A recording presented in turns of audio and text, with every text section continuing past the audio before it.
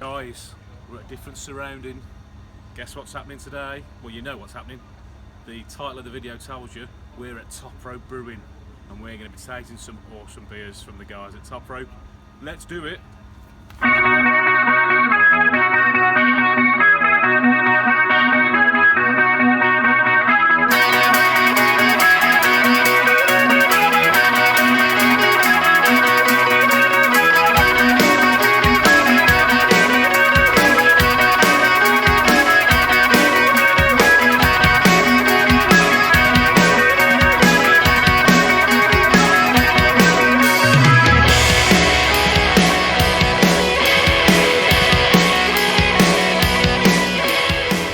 Hi guys, welcome back to another Beer Heroes beer tasting.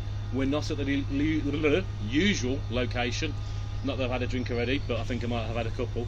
We are at wonderful Tope Brewing, sat outside on a beautiful autumn's day with Neil and Ben. Hello there. Hello guys. Hello. How are you? Thank you first of all for having us along. No problem. No, thanks for coming down. Today we're going to taste a couple of special beers. I'm really not been able to talk about it. How strong is this beer that I've already tasted? Not to do with the IPA we gave you before. No, not at all. I'm going to try a couple of special beers that are, I think, coming out later this week. Getting launched on Wednesday at 6 o'clock. Wednesday. So this video will come out. We'll get it out for Wednesday at 6 o'clock. Cool. So people can. So if you're listening to this now, they're available right now. Yes. Now. Not this week. No. Yes. Right now. First of all, guys, before we try a couple of beers, tell us a little bit about Tope. How did it all start? What was the... So Tope Brewing started almost 4 years ago now. When well, a little bit longer ago than that. The sort of the foundation was laid when myself and Neil met at a homebrew club in Brewdog in Liverpool. We ended up just staying behind afterwards, having a chat. We realised we both were sort of lapsed wrestling fans. I think was probably the best way to put it. Definitely, yeah. So we'd stay behind after homebrew club, get a little bit drunk, and we talk about like the wrestling we used to watch back in the 90s and the early 2000s. And then we just started brewing together because we got on well, and so Neil used to come over to my parents' house and we'd brew in the kitchen. We did a few sort of collaboration recipes together. And as every homebrewer finds at some point, some people say, "Oh, you should start a brewery." You know this, and then we did. So we were sort of thinking about a theme, or like what do we hang our hat on? And we thought, well, the reason we ended up speaking in the first place was because of wrestling. So why not a wrestling themed brewery? Yes. So we did that for about a year. We brewed in my parents' shed. We built a big shed in my parents' back garden. Got them a little drunk and told them that we were going to do it. They said it was fine. And then after about a year or so of that, we moved to what you see now, which is our lovely unit in North Wales in Sandycroft. And we've been here about just under 3 years. 3 years. 3 years in February. Yeah. Well, those that know Beer Heroes know that we love Tope beers. We have all the new beers go on our web shop. So we do love drinking your beers, and talking about drinking your beers, shall we? I think we should. Yeah. Shall we drink one? So what's the first one we're drinking? So this is the Big Simcoe. For those of you Simcoe. who are in the know and in the aware, this is named after Big Show, the wrestler, the giant who's been around for 25 years now. Yeah, he's kind of on the sort of the back end of his career now. Yeah. He's sort of semi-retired, but he just popped up back in WWE, hasn't he, recently? So yeah. It's good timing actually. But Nice when that works out. He's an absolute legend within the industry. He is. This one's named after him. It's 7.2% because he's 7'2" tall. So I did originally. His biggest billing weight was £500. I did want to make it 500 IBUs, but I was quickly told no on that. We dialed it back a little bit, but we have managed to keep it with the bite in it as well. It's basically a big beer with loads of Simcoe in it, a little bit of Centennial, and then a little bit of rye malt in there for a little bit of spice. And as you can see, it's big, it's hazy.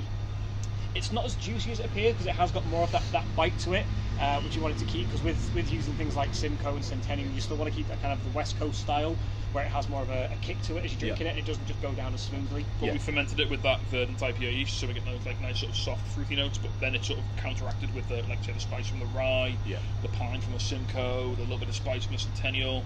It's very well balanced. This beer it's got your. Is that the Big Show calling, saying he wants his cut of the profits? He wants his royalties. We'll call him back. It's fine. It's super well balanced. It's got the bitterness. What is the IBUs on this? Do you know? Have you got an official? About 50. About 50, roughly, depending on. So not 500, but we did like a factor of 500. Yeah. It's got the fruitiness there. It's got the bitterness. It's got that little bit of dry spiciness as well. It's quite smooth. The mouthfeel is absolutely wonderful. It kind of coats the mouth, coats the tongue with its lovely smooth feel. There are some oats in there as well to give you that sort of nice smooth body, and the yeast helps a lot with that as well. It's sort of. But yeah, real top beer for me. I don't know if that's what you're supposed to get from it, or yeah, I think you've nailed all the key points of it there, really. Yeah. We wanted it to be that sort of like sort of overkill, which is like one of our sort of go-to sort of kind of core beers. signature pale. It kind of sits in between like sort of east and west coast, and we wanted just a sort of bigger version of that, really, with everything sort of amped up a little bit.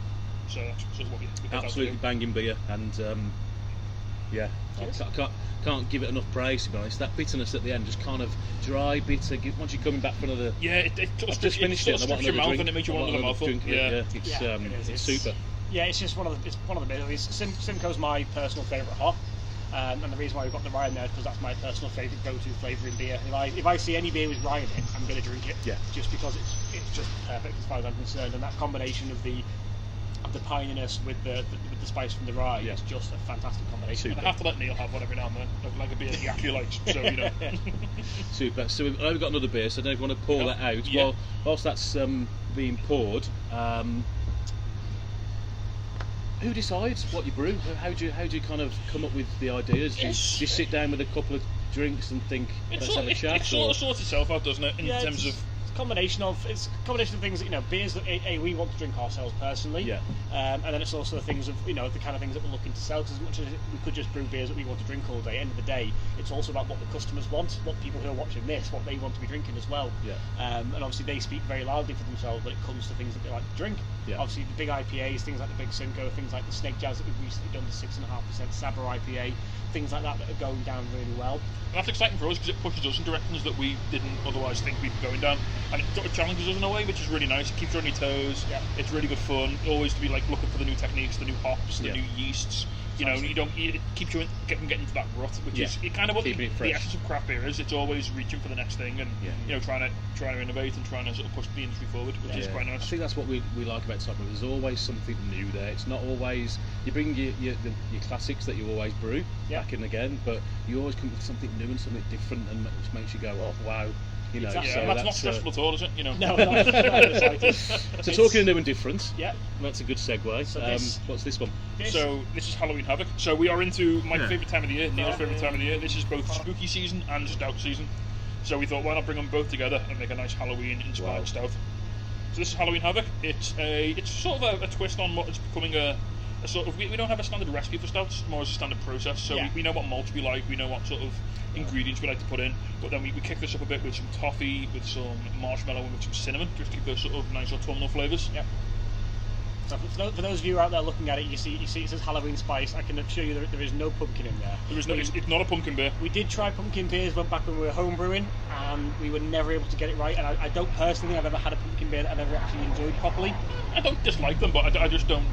I don't know. Yeah, we've just decided not to go for that. Well, from my first taste with this, you get the marshmallows, and you get a little bit of cinnamon. Not over. Sometimes you can go too much with that. I love cinnamon. It's not overpowering. I absolutely adore it, but it's so easy to overdo it, and you've really got to be careful because everyone's got a mate who's done the cinnamon challenge, and they'll tell you exactly what that's like. So you don't want that in a beer by any means. It's got that marshmallow heaviness. It's big on marshmallow for me. Which is fantastic. I think marshmallow. We wanted it to be like a campfire in a glass, basically. That sort of like sitting around the fire with your mates. I mean, we won't be able to do that this year, so why not bring the campfire indoors and have it in your glass? What's the ABV on this one? It is 5%. 5%. Yeah. I'd just say it's very drinkable. It's very you can have a good few points of it because the flavours are there but not overpowering. It's 5%. It's not that. It's for a stout. It's not heavy. Yeah, and we opted to go for the treacle toffee as opposed to like the sticky toffee because sometimes when you get these kind of beers, they can go big on like the sweet and the richness of it, and it can become a little bit sickly after a little bit. So we've gone for things like the treacle toffee into it instead, which sort of dialed back that, so it's not as sort of clawing on the mouth as you're drinking it, and it's a lot more. Personally, for me, I find it to be a lot more enjoyable because, as you say, you can go through a couple of pints of it. We've got a few casks of this coming out into the wild as well. I think this would be a really good beer to try on cask. So if you see it on cask, get it. Let me know where it is so I can go drink it. But also, do make sure you try it. Well, the casks are going to each of the Bow-Legged Beagles on the Wirral, so New Brighton, Bromrat, and Upton. And we've got a pin of it going to the Little Tap Room on Egbert Road in South Liverpool as well. I think that's it. I think we've got a few that are going down south as well. I'm not sure where they're going to end up as of yet. We've got a few going down there as well. So look out for those venues. And of course, you guys have got it on keg coming to both your sites as well. Yes, Deadcraft, you're getting it on keg in Liverpool. And a few other places that are going around as well. Super. two awesome beers. Normally at the end of the video we would talk about what our favourite is. They're both banging. We don't need to choose a favourite on this one. But guys, look out for these beers. They're going to be released right now. When this video comes out. We'll put a link at the bottom for the Top Rope website, so you can order it direct from them if you're in the local area, which is in the northwest, isn't it? You deliver to Chester? Local deliveries to Liverpool, around sort of our area in North Wales as well. Full details of that listed on the website that you can have Basically, a look at. it's anywhere between the brewery and Liverpool that we would travel to. And then nationally, I think you're on eBrewer. We're on eBrewer, but you can also buy directly from us as well. We have the web shop, so if you're doing personal purchases, or if you are a trade customer who wants to get them, we can ship them nationwide for you. That's not a problem at all. Super. I know the Beer Heroes website stock a few of these as well, so I think they're getting these in, are they? They are indeed. Both Beer Heroes bars as well have a good range of us as well. So look out for all those different places to get them, and fill your boots, guys. Get them in where you can. They're awesome beers. And also, we also have a very limited number available at the moment. We're doing a Christmas advent calendar. Ooh. Seeing as we are going on the holiday themes, we've got an advent calendar available. 24 beers, £85 delivered straight to your door, either locally or nationally as well. There's going to be a big range of Top Rope in there, but we've also got a few guest spots that are in there. Interesting. I'm not going to name any names, but it's some really nice breweries that we're quite good friends with. They are indeed. We've scoured the country for some of the best beers we can get our hands on. I'll be leaking a few bits of information here and there, a few little teasers every once in a while, but it's going to be big. There's only a limited number available as well. So if you do want to get them, make sure you get hold of them now whilst they're available. You can order those now. But they're go on now. Click the link below for the Top Rope website and get your advent calendar ordered. I'm going to get my order in as soon as this video goes live. So get it done, guys, because it sounds like I've heard a few of the brews they've got in there as well as their own beers, and it sounds very exciting indeed. All that's left to do is thank you guys for your time. We'll let you get back to your day jobs now. And if you've enjoyed the video, give us a subscribe and give us a like, and we'll see you at the next video. Cheers, guys. Thank you. Cheers. Bye.